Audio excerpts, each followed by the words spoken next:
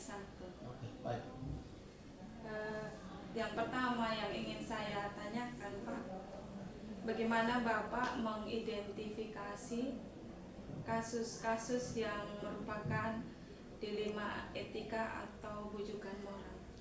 Baik, dilema etika ya dalam kehidupan kita di sekolah ini pasti banyak ya, antara benar dan benar. Memang kedua-duanya benar, tapi harus kita memilih salah satu keputusan yang paling tepat.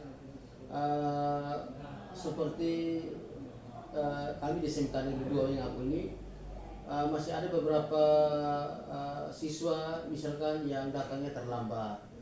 Artinya kalau secara disiplin, secara aturan itu mereka paling lambat masuk itu 7.15, tetapi masih ada yang datang sampai 7.30 bahkan sampai dengan jam 8. Nah ini dilema yang saya temukan itu disebabkan setelah saya bertanya kepada beberapa siswa, itu mereka terlambat itu karena rumahnya jauh, sedangkan masih membantu orang tua, terus ada juga yang bergadang sehingga lambat bangun. Nah, di sini saya melihat bahwa saya bisa memilah bahwa yang membantu orang tua dari rumah jauh ini ada kebijakan yang saya berikan kepada mereka.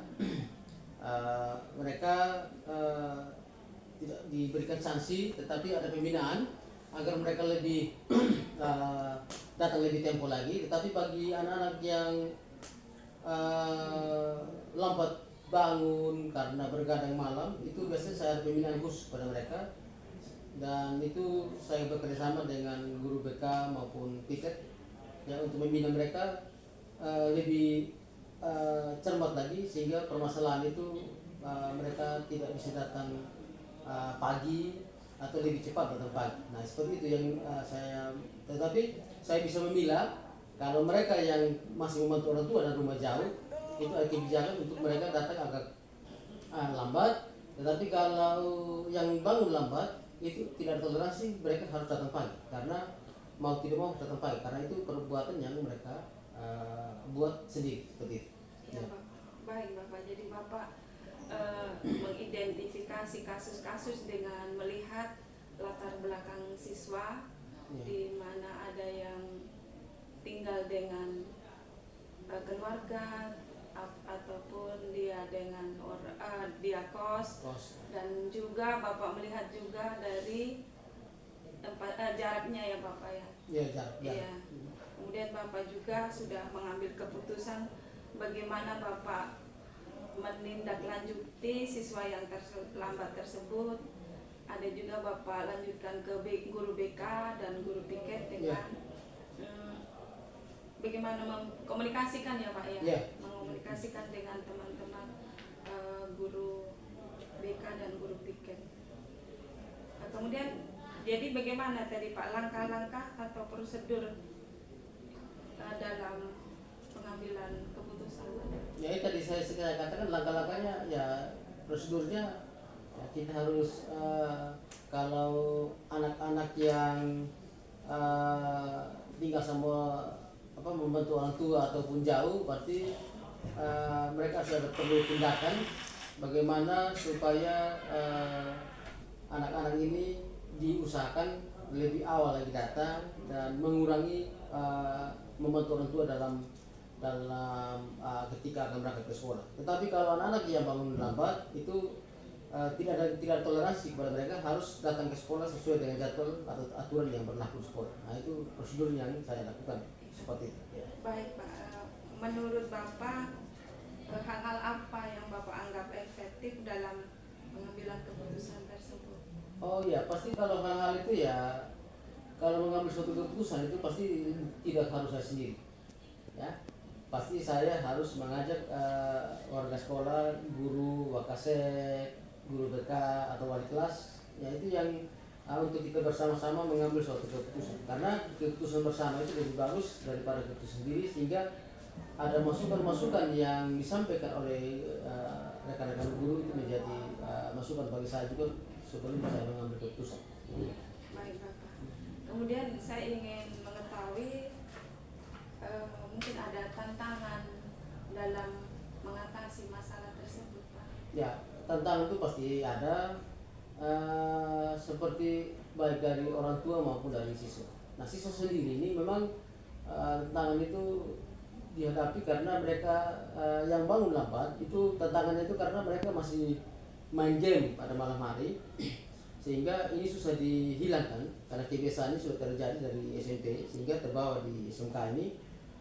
Terus juga yang berikut juga orang tua tidak terlalu ambil pusing dengan disiplin anak pada pagi hari ketika mereka berangkat ke sekolah. Orang tua tidak memperhatikan bagaimana mereka melihat anak-anak itu masuknya jam berapa atau membangunkan anak-anak pada pagi hari apabila mereka terlambat bangun. Nah, itu yang menjadi hambatan yang selama ini saya melihat. Iya, terima kasih Pak. Ya. Kemudian ingin saya tanyakan lagi Bapak, mungkin dalam menyelesaikan kasus tersebut mungkin Bapak ada jadwalnya atau langsung ditangani masalah tersebut? Kalau jadwal tidak ada Ibu.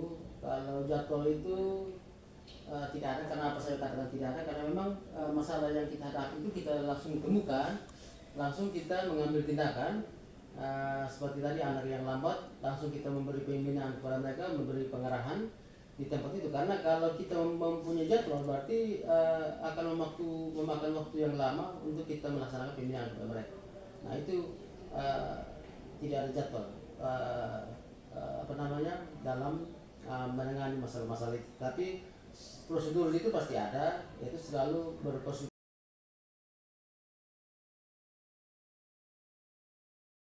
Selamat pagi Bu Rani. Selamat pagi Bu Rini.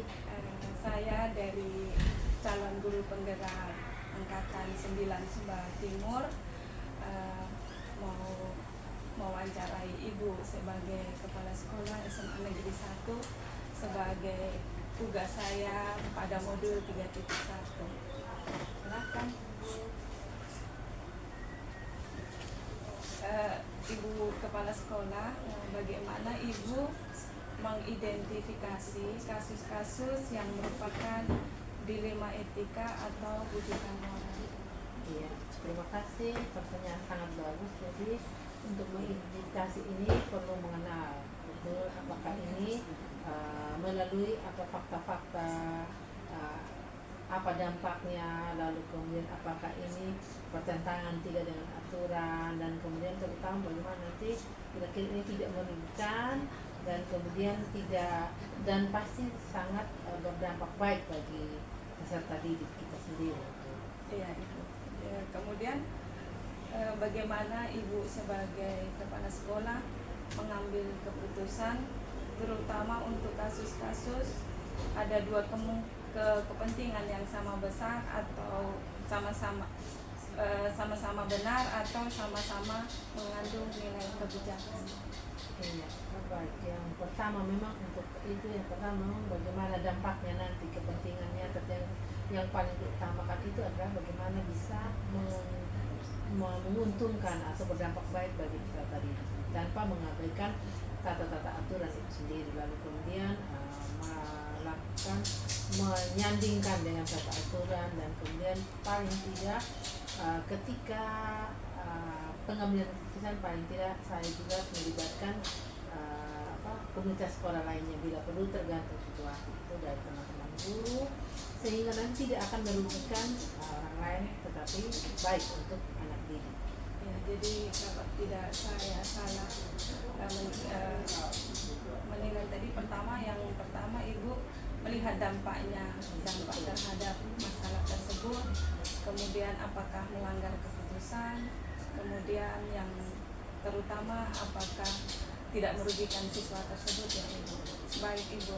Kemudian langkah-langkah atau prosedur dalam mengambil keputusan yang Ibu ambil bagaimana? Langkah-langkah yang dilakukan pertama, saya perlu betul mengetahui latar belakang kenapa itu terjadi, itu dengan cara langkah-langkah itu pasti saya biasanya akan mendapatkan masukan laporan dari teman-teman, mungkin dari guru-guru, dalam hal ini guru BK, wali kelas, wakasek-siswa, dan melakukan langkah-langkah tergantung persoalan. Jadi yang pertama harus dulu melewati bahwa guru mata pelajaran, lalu naik ke guru bimbingan konseling, dan kemudian juga melibatkan kesiswaan. sehingga langkah-langkah tergantung nanti bila memang harus dan ada hal perlu, maka bila perlu memang melibatkan orang tua, maka itu nanti akan menghadirkan orang tua ya, surat panggilan yang nanti kita akan jadwalkan sesuai dengan kondisi. Ya, Ibu. Nih, hal-hal apa yang selama ini Ibu anggap efektif dalam pengambilan keputusan tersebut? Kalau menurut saya hal yang paling efektif itu adalah bagaimana berkolaborasi, bekerjasama dengan teman-teman tadi, komunitas sekolah itu sendiri, dan hal ini dengan siswa itu sendiri, guru-guru, guru wali, guru mapel, guru BK, wakasek, siswaan, dan bila perlu orang tua. Itu sangat efektif sehingga kita bisa berdiskusi, mengetahui, membicarakan sehingga keputusan yang kita ambil tidak salah, tapi betul-betul baik dan tidak merugikan pihak terkait. Ya, jadi Ibu selalu mengkomunikasikan kolaborasi dengan teman-teman Ibu sebagai kepala sekolah, guru BK, wali kelas, dan orang tua. Begitulah Ibu. Iya, betul sekali. Mengkomunikasikan dan saling bertukar informasi. Kemudian kalau boleh saya tahu Ibu, hal-hal apa saja yang merupakan tantangan dalam pengambilan keputusan tersebut? Tantangan biasanya memang ada, itu terutama dalam hal ketika ada hal-hal yang mungkin dialami anak-anak itu yang sudah sangat jauh atau melanggar tata aturan yang telah disepakati. Tetapi biasanya ketika kita bicarakan akan kita mengambil kebijakan-kebijakan yang tidak merugikan yang lain, tapi benar menguntungkan anak itu. Tantangan terbesar, lalu kemudian juga kekurangan informasi, maka itu tadi tetap pentingnya kerjasama dengan komunitas sekolah itu sendiri. Kemudian dalam menyelesaikan masalah-masalah yang terjadi di sekolah, apakah Ibu membuat jadwal atau masalah itu langsung diselesaikan di saat terjadi masalah? Oh iya, kalau ini memang tidak ada jadwal khusus, itu tergantung kondisi. Iya. Kalau memang ada hal-hal yang mungkin berat atau mungkin memang mengharuskan untuk menghadirkan orang tua murid, maka itu perlu memang surat panggilan yang mungkin tidak hari ini dan butuh waktu. Kapan waktu itu tersedia yang akan dibantu oleh siswaan dan guru BK. Dan biasanya kalau memang harus bisa diselesaikan, dan itu biasanya pasti kalau hanya harus menyangkut yang ringan, biasanya teman-teman guru BK dengan wali kelas sudah akan bersama, mereka akan melaporkan ke saya, dan biasanya memang ada langkah-langkah yang dilakukan itu sendiri, tergantung kondisi yang terjadi. Kemudian faktor-faktor apa Ibu yang mempermudah atau membantu Ibu dalam mengambil keputusan dalam menyelesaikan masalah ini? Iya, terutama yang paling itu adalah itu tadi informasi benar yang kita peroleh dari teman-teman tadi, guru mapel, wali kelas, dan BK dan siswa, dan kemudian tata aturan itu sendiri yang sudah ada kita sandingkan, dan kemudian juga bersama paling utama memang bekerja sama dengan dari komite sekolah juga dengan orang tua murid, sehingga apa yang kita putuskan nanti itu akan sukses dengan baik, kan anak-anak kita lebih banyak dengan orang tua murid di rumah, sehingga seperti apa yang dikatakan mengkomunikasikan, dan kemudian kita bersama-sama bekerja sama sehingga untuk mewujudkan profil pelajar Pancasila yang kita ingin capai. Ya, baik, itu satu lagi ya Ibu, dari pembelajaran ini pengalaman apa Ibu dalam mengambil keputusan di Dema Etika? Pengalaman yang paling menarik ini, pengalaman yang sangat menarik adalah pentingnya kolaborasi kerjasama.